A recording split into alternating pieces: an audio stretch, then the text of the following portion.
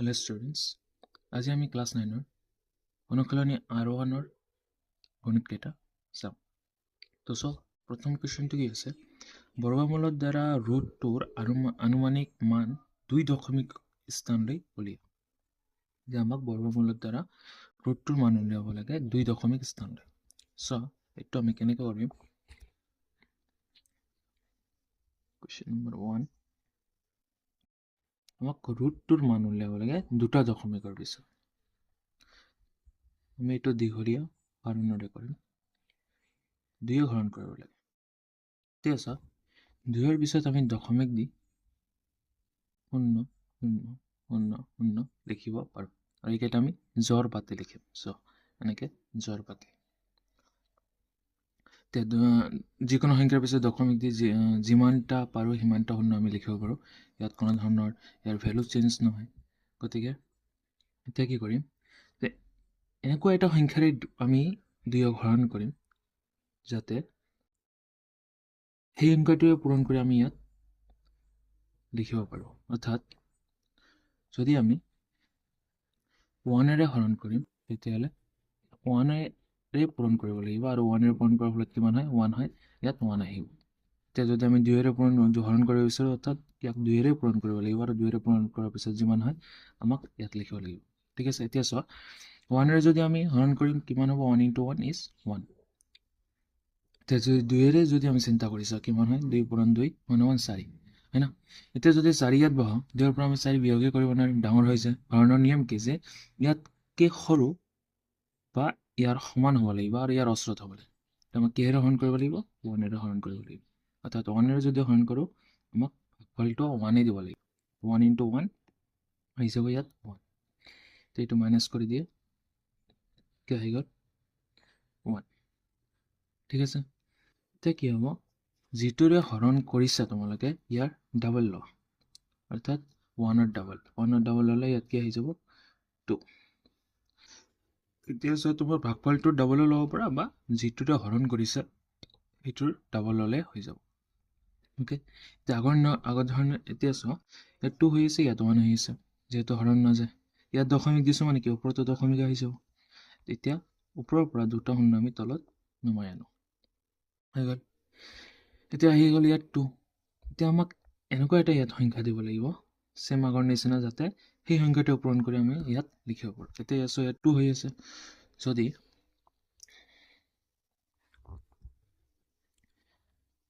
ইয়াত আমি 1 দিওঁ, অৰ্থাৎ 1ৰে পূৰণ কৰিব লাগিব, কিমান হৈ যাব?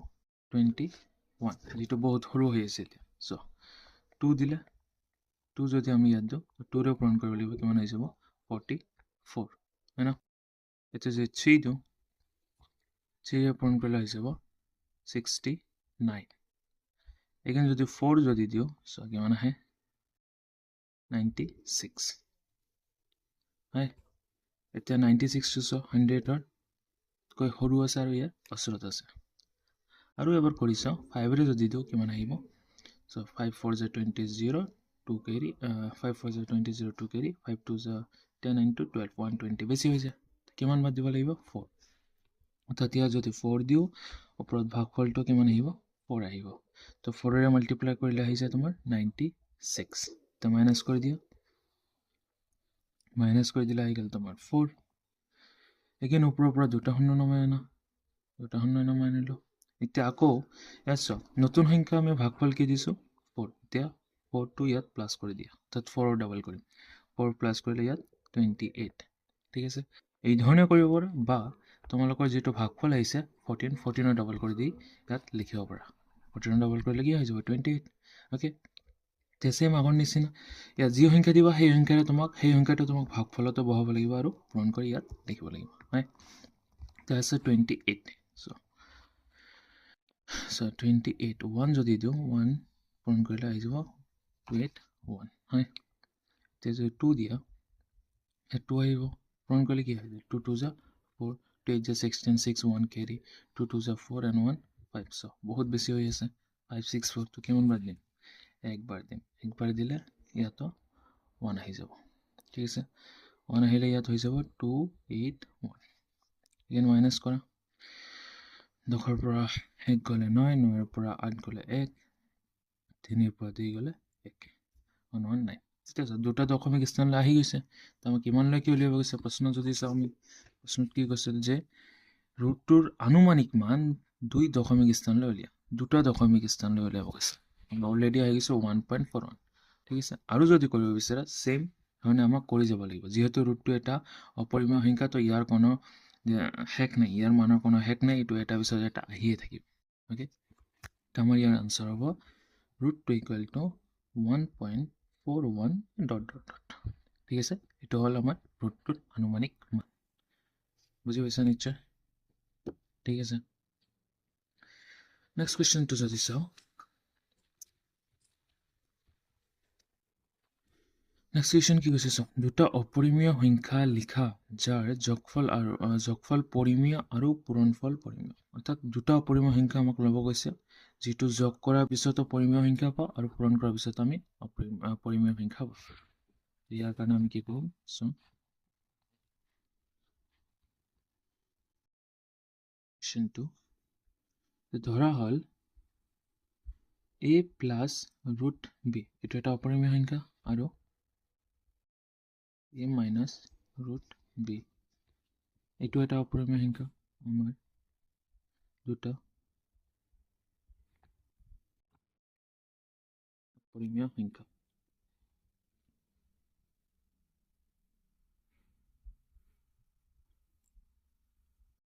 আমাক কি কৰিব কৈছে যোগফল উলিয়াব কৈছে তো যোগফল লিখা যোগফল সমান সমান a প্লাস ৰুট b এইটোৰ লগত এইটো যোগ কৰিব লাগে প্লাস ব্ৰেকেটটো ৰাখি দিওঁ a minus root b so ব্ৰেকেটটো যে উঠাই দিওঁ a plus root b plus a minus root b ঠিক আছে ইয়াত plus root b minus root b হৈ আছে তো এটা কেনসেল হৈ যাব থাকিল কি a 2a তে 2a টো এটা কি হ'ব পৰিমেয় সংখ্যা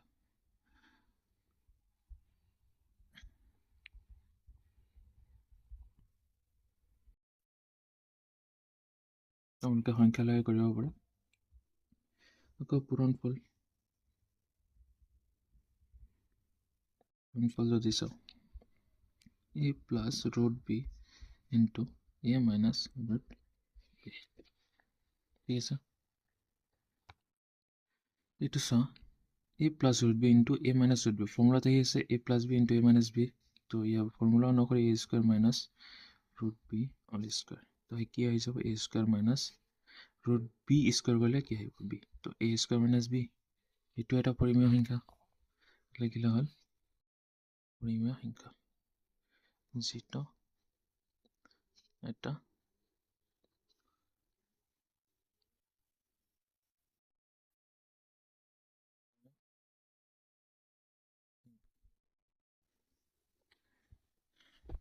যে সংখ্যা ৰেখাৰ সহায়ত -5 আৰু 5ৰ মধ্যবৰ্তী অখণ্ড সংখ্যাবোৰ লিখা -5 আৰু 5ৰ মাজৰ অখণ্ড মধ্যবৰ্তী মানে কি মাজৰ অখণ্ড সংখ্যাবোৰক লিখিব গৈছে যে সো সংখ্যা ৰেখাৰ সহায়ত লিখিব গৈছে তো সংখ্যা ৰেখা আমি এটা আঁকি দিম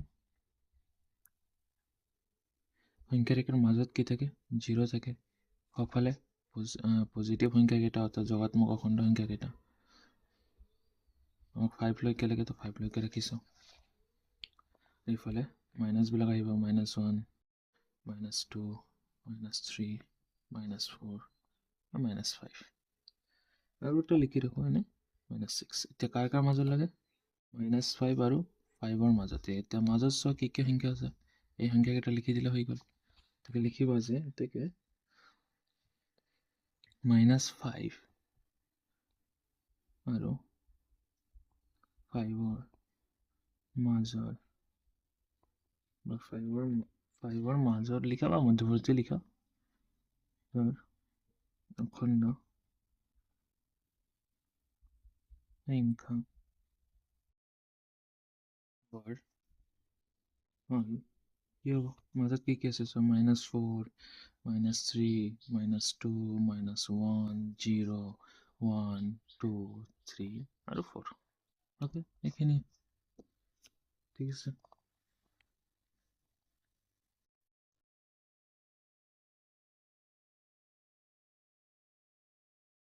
নেক্সট চোৱা প্ৰমাণ কৰিব দিছে যে m to a to the power n divided by a to the power n equal to a to the power m minus n যত m equal to n আৰু এটোলৈ প্ৰমাণ কৰিব গৈছে যে a to the power 0 equal to 1 দিয়া আছে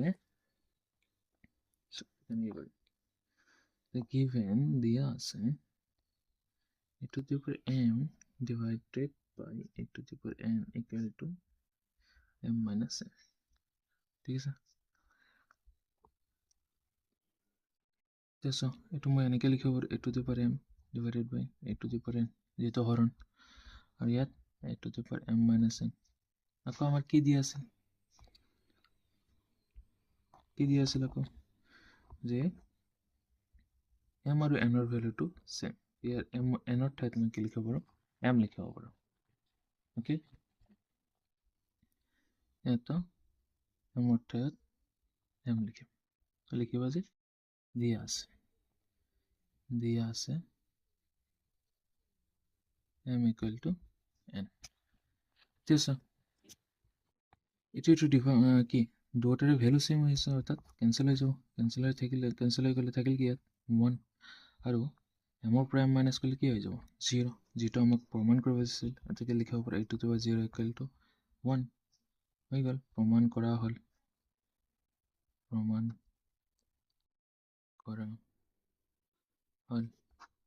बस বুঝি গৈছে নিশ্চয়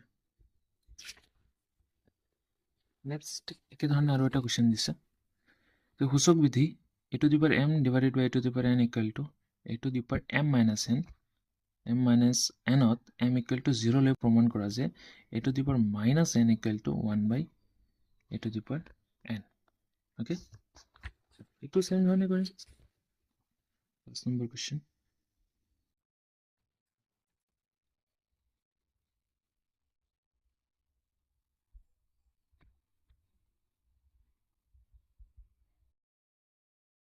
okay এটো আছে